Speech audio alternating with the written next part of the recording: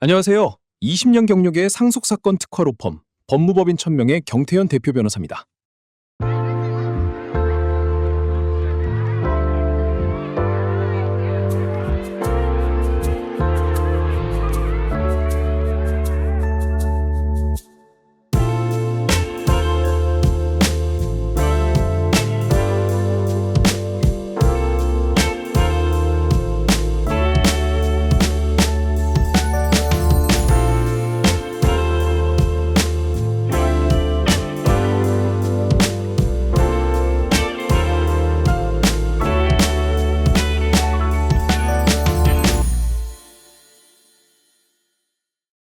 안녕하세요. 20년 경력의 상속사건 특화 로펌, 법무법인 천명의 경태현 대표 변호사입니다. 부모님이 돌아가신 후 가족들끼리 상속재산을 어떻게 나눌지 합의하는 경우가 많습니다. 보통은 가족들끼리 충분히 이야기를 나눈 뒤 한 사람이 법무사에게 필요한 서류를 전달하고 상속 등기까지 진행하게 됩니다.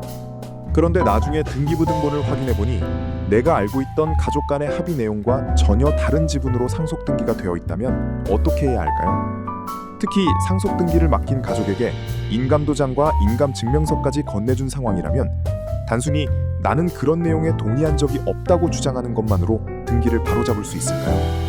오늘은 이와 관련해서 실제 상담에서 자주 문제가 되는 상황을 하나 각색해서 설명해 보겠습니다. 한 아버지가 돌아가셨고 상속인으로는 어머니와 두 아들이 있었습니다. 아버지가 남긴 재산은 서울에 있는 아파트 한 채와 상가 건물 두 채, 그리고 지방에 있는 토지 한 필지였습니다. 가족들은 상속 문제로 오랫동안 다투고 싶지 않았기 때문에 아버지가 남긴 재산을 가족들끼리 협의해서 나누기로 했습니다. 당시 가족들이 합의한 내용은 이랬습니다. 서울 아파트는 어머니가 가지고 서울에 있는 상가 두 채 중 한 채는 큰아들이 가지고 나머지 상가 한 채와 지방 토지는 어머니가 가지는 것으로 정리하기로 했습니다. 막내 아들은 다른 재산을 정리하는 과정에서 일정 금액을 받는 것으로 가족들 사이에서 이야기가 되어 있었습니다. 가족들은 서로 믿고 있었기 때문에 별도의 복잡한 계약서를 작성하지는 않았습니다. 그리고 상속 등기를 진행해야 했기 때문에 큰아들이 법무사와 연락해서 등기 절차를 진행하기로 했습니다. 이 과정에서 막내 아들은 큰아들에게 인감도장과 인감증명서를 건네주었습니다. 상속 등기하는데 필요한 서류니까 알아서 처리해줘. 이 정도의 생각이었던 것입니다. 그런데 몇 달 뒤 막내 아들이 우연히 상가 건물의 등기부등본을 확인하게 됩니다. 그런데 이상한 점을 발견했습니다.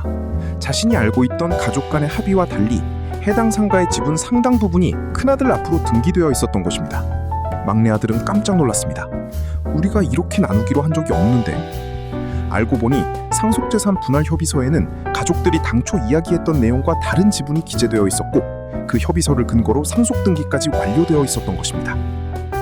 이 경우 가장 먼저 생각할 수 있는 것이 바로 상속재산 분할 협의 자체의 효력입니다. 상속재산 분할 협의는 단순히 상속인 중 한 사람이 임의로 정할 수 있는 것이 아닙니다. 공동상속인 전원이 참여해서 합의해야 합니다. 따라서 실제로 가족들이 합의한 내용과 전혀 다른 내용의 협의서가 작성되었다면 그 협의서가 과연 진정한 의사에 따라 작성된 것인지가 중요한 쟁점이 됩니다. 그런데 여기서 아주 어려운 문제가 하나 생깁니다. 바로 인감도장입니다. 상대방이 이렇게 주장할 수 있기 때문입니다. 본인이 직접 도장을 찍지는 않았다고 하더라도 본인이 나에게 인감도장을 줬고 인감증명서까지 줬다. 그렇다면 협의서 작성에 동의한 것 아니냐?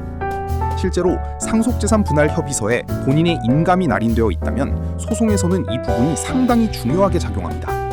따라서 단순히 나는 그 협의서에 직접 도장을 찍은 적이 없습니다 라고 주장하는 것만으로는 충분하지 않을 수 있습니다. 중요한 것은 그 인감도장과 인감증명서를 왜 상대방에게 건네주었는지입니다. 예를 들어 상속 등기를 위해 필요한 서류라고 생각해서 도장을 맡긴 것인지, 아니면 실제로 상대방이 작성한 특정한 내용의 상속재산 분할 협의에 동의하면서 도장을 맡긴 것인지는 전혀 다른 문제입니다. 따라서 이런 사건에서는 당시 가족들이 실제로 어떤 내용에 합의했는지를 객관적인 자료를 통해 입증하는 것이 중요합니다. 예를 들어 가족들 사이에서 주고받은 문자 메시지나 카카오톡 대화가 있을 수 있습니다. 아파트는 엄마가 가지는 걸로 하자. 상가는 형이 하나 가져가고 나머지는 엄마가 가지는 거야. 이런 대화가 남아있다면 당시 가족들의 의사를 확인할 수 있는 중요한 자료가 될 수 있습니다. 통화 녹음이나 가족회의 당시의 녹음도 마찬가지입니다. 또 상속세 신고를 담당했던 세무사나 상속 등기를 담당했던 법무사와 가족들이 어떤 내용으로 이야기를 나누었는지도 확인해 볼 필요가 있습니다. 실제로 협의서가 작성된 당시 누가 그 자리에 있었는지, 누가 협의 내용을 설명했는지, 누가 법무사에게 등기 내용을 전달했는지도 중요한 사실관계가 될 수 있습니다. 그리고 실제 합의 내용과 최종 등기 결과가 얼마나 다른지도 살펴봐야 합니다. 예를 들어 가족들이 분명히 특정 부동산은 어머니에게 주기로 했는데 실제 등기에는 그 부동산의 대부분이 다른 상속인 앞으로 되어 있다면 왜 이런 차이가 발생했는지 설명할 필요가 있습니다.